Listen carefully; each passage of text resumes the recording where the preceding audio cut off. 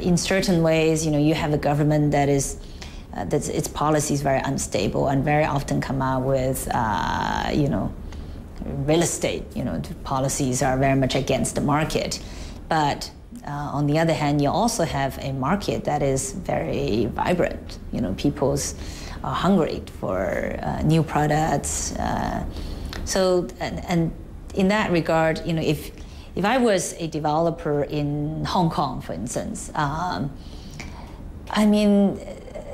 there are just so few opportunities. Whereas in China, there's a lot of problems, but also there are a lot of opportunities, precisely because there are so many problems. Things are not established, and therefore there are opportunities.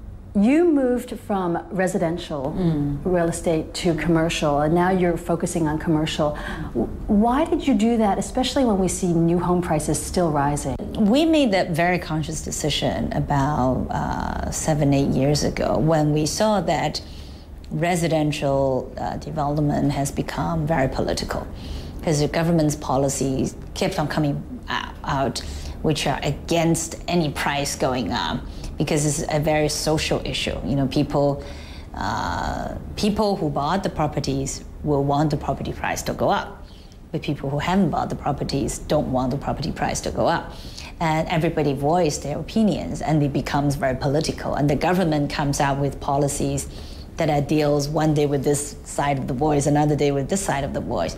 It's not such a knee-jerk reaction to home prices. But why don't you think the measures are working? Because they've done everything from requiring a higher down payment, banning certain cities from giving out third home loans, and also trying the property tax. But we saw in the last month, home prices are still rising. Why isn't it working? I think the policies are so distorted that is no longer, you no longer know what works, what doesn't work. Because, it's like someone who's sick. You've been taking so many medicines, you've lost the sense which one works, which doesn't, right? That's a little bit like the real estate market in China, In a perfect situation, of course, we're never in the perfect situation, in a perfect environment, where if there's demand, there should simply be a supply. If people want to have the properties, you just supply, right? And if you don't want too much supply, you can always control the land price, you can control the interest rate. But in China's case, the government has so many elements they need to worry about. Local government needs revenue. So if they don't sell land, where do they get the revenue? So then they have to continue to sell land.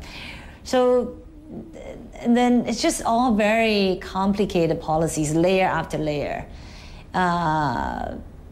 I personally think that this industry really badly needs a long-term sustainable policy that gives people a right sense of what will happen in the next, if I were to make an investment, if I were to buy something, what would happen this year versus next year versus 5 years versus 10 years.